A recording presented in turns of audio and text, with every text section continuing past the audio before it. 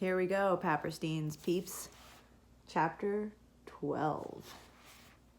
Page 111. Hope you're doing well. Just how often do you get to see your teacher in her cozy PJs in her bed? Well, here I am. So anyway, back to business. You slept soundly, Jonas? His mother asked. At the morning meal? No dreams? Remember, in his rules, he's not supposed to tell his dreams. Jonas simply smiled and nodded, not ready to lie, not willing to tell the truth. I slept very soundly, he said. I wish this one would, his father said, leaning down from his chair to touch Gabriel's waving fist. The basket was on the floor beside him. In its corner, besides Gabriel's head, the stuffed hippo sat staring with its blank eyes. So do I, Mother said, rolling her eyes. He's so fretful at night. Jonas had not heard the new child during the night because he, as always, he had slept soundly. But it was not true that he had had no dreams. Again and again, as he slept, he had slid down that snow-covered hill. Always in the dream, it seemed as if there were a destination, a something.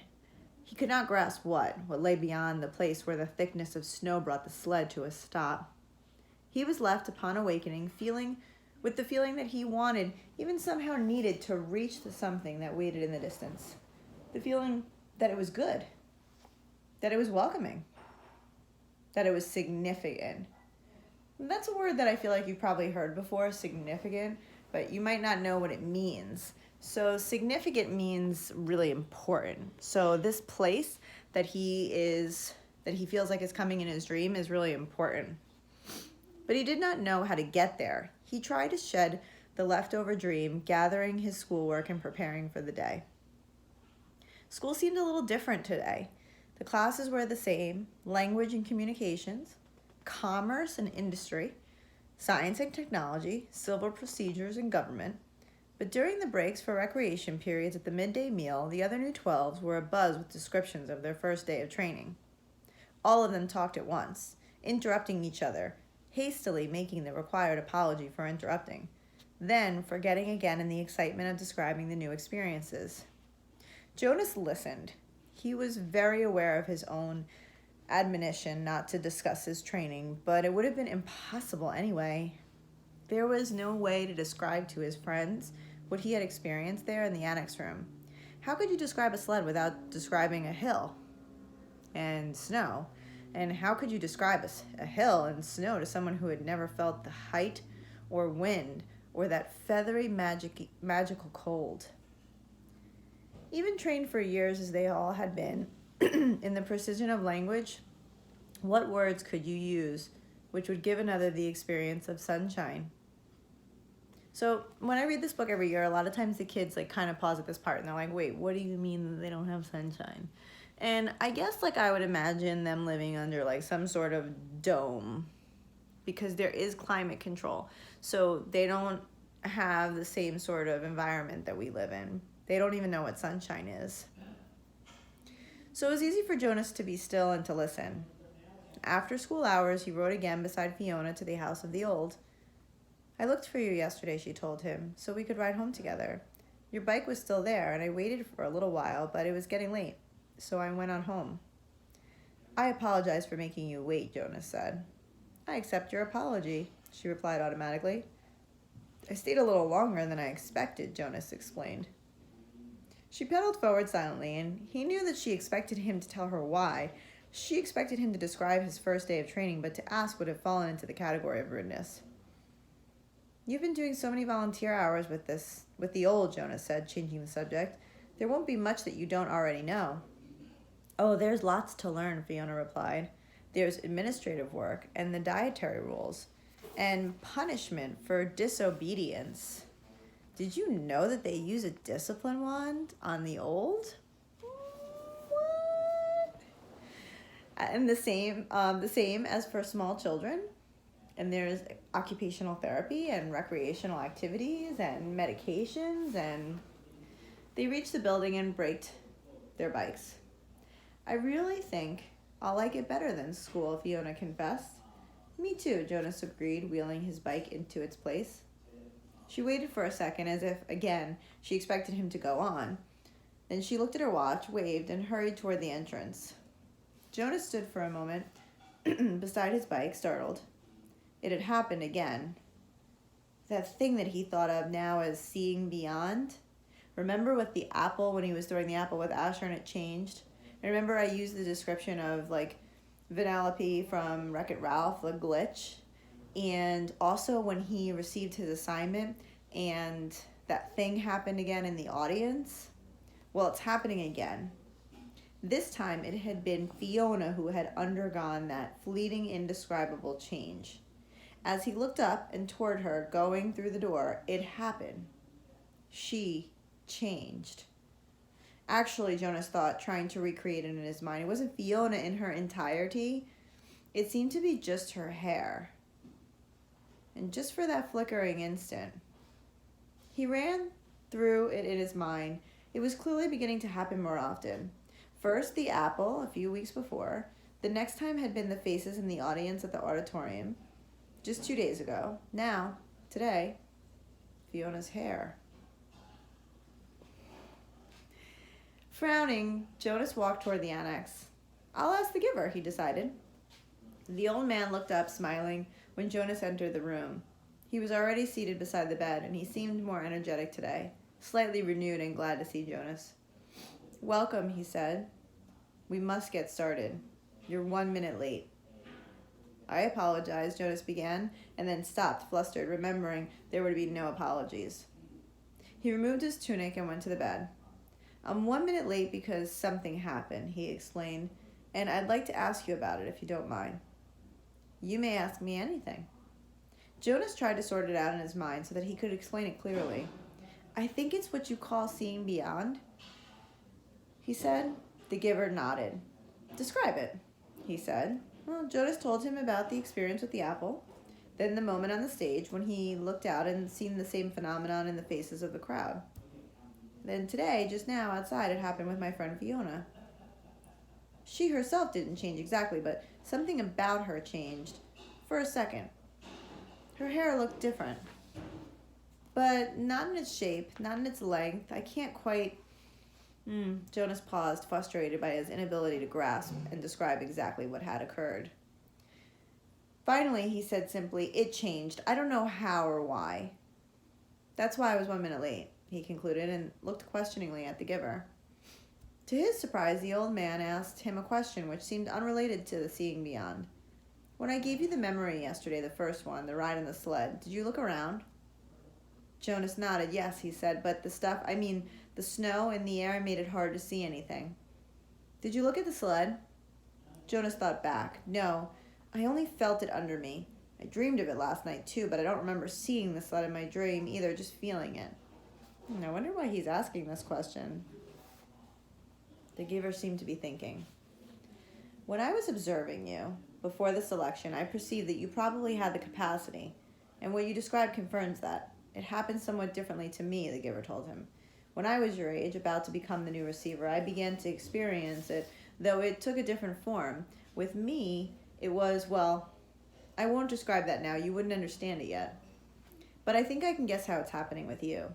Let me just make a little test to confirm my guess. Lie down. Jonas lay on the bed again with his hands at his side. He felt comfortable here now. He closed his eyes again.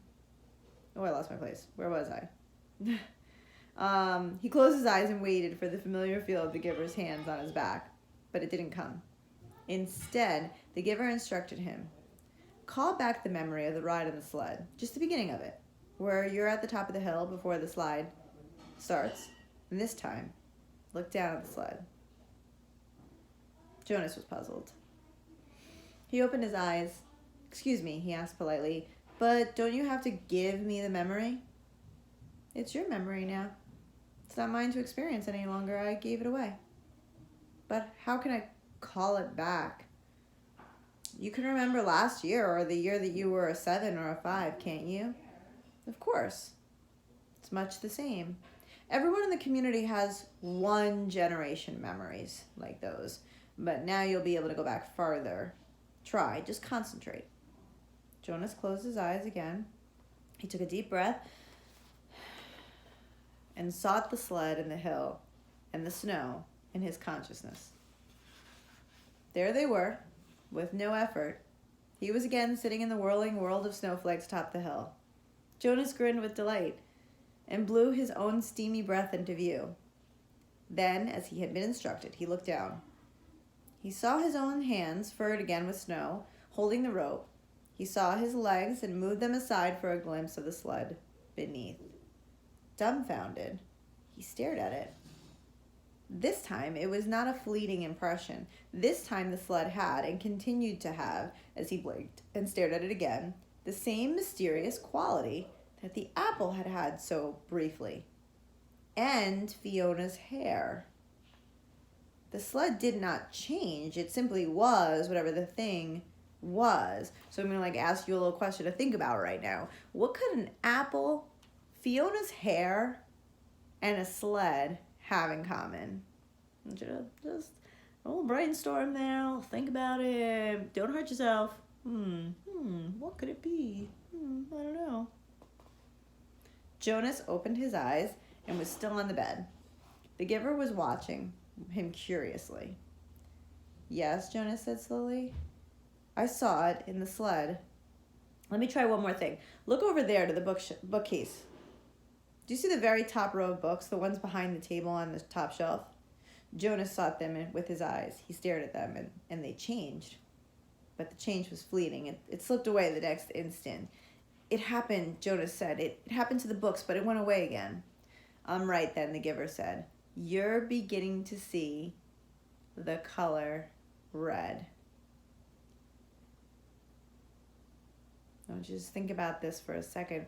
Remember, we talked about sameness.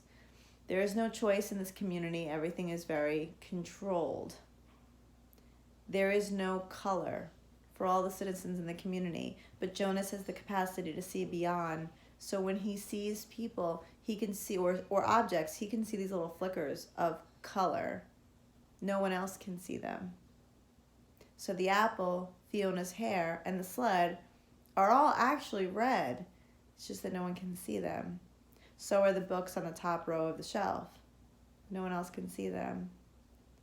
And some of you are probably asking, but what about the faces in the crowd? Well, they might not have been red faces, but we have red tones in our skin, some more than others. So when you look out to an audience of people, if everyone else sees everyone in shades of black, white, and gray, he could see little flashes of some tones of red in there. You're beginning to see the color red. The what? The giver sighed. How to explain this? Once back in the time of memories, everything had a shape and size, the way things still do, but they also had a quality called color. There were a lot of colors, and one of them was called red. That's the one you were starting to see. Your friend Fiona has red hair. Quite distinctive, actually. I've noticed it before. When you mentioned Fiona's hair, it was the clue that told me you were probably beginning to see the color red. And the faces of people, the ones I saw at the ceremony, the giver shook his head. No, flesh isn't red, but it has red tones in it. There was a time, actually, you'll see this in the memories later, when flesh was many different colors. That was before we went to sameness. Today, flesh is all the same, and what you saw was the red tones. Probably when you saw the faces take on color, it wasn't as deep or vibrant as the apple or your friend's hair. So everyone is the same color, which to me sounds like completely boring. But if everyone's the same color, then there's no racism. Think about that for a second. The giver chuckled suddenly. We've never completely mastered sameness. I suppose the genetic scientists are still hard at work trying to work the kinks out. Hair like Fiona's must drive them crazy. Jonas listened, trying hard to comprehend. And the sled, he said? It had that same thing, the color red, but it didn't change, giver. It just was. Because it's a memory from a time when color was. It was so... I wish language were more precise. The red was so beautiful. The giver nodded. It is. Do you see it all the time? I see all of them, all the colors. Will I? Of course, when you receive the memories, you'll have the capacity to see beyond. You'll gain wisdom, then along with colors, and a lot more. Jonas wasn't interested just then in wisdom. It was the colors that fascinated. Why can't everyone see them? Why did the colors disappear? The giver shrugged. Our people made that choice. The choice to go to sameness. Before my time. Before the previous time. Back and back and back. We relinquished color when we relinquished sunshine and did away with differences. He thought for a moment. We gained control of many things, but we had to let go of others. We shouldn't have, Jonas said fiercely. The giver looked startled at the certainty of Jonas's action, and then he smiled wryly. You've come very quickly to that conclusion, he said. It took me many years. Maybe your wisdom will come much more quickly than mine. He glanced at the wall clock. Lie back down now. We have so much to do. Giver, Jonas asked as he arranged himself again on the bed. How did it happen to you when you were becoming the receiver? You said that the seeing beyond happened to you, but not the same way. The hands came to his back. Another day, the giver said gently. I'll tell you another day. Now we must work. And I've thought of a way to help you with the concept of color. Close your eyes and be still now. I'm going to give you the memory of a rainbow. That part always makes me happy. So I'm pretty sure that you guys saw, or you heard maybe, that Miss Epperstein and I are working on setting up a Zoom meeting for us, hopefully in the near future, maybe tomorrow, and we can't wait to see your faces. I'm going to continue with my read alouds, and I hope you guys are doing well and you're staying safe and healthy. We miss you both, and we'll talk to you soon. All right? Bye.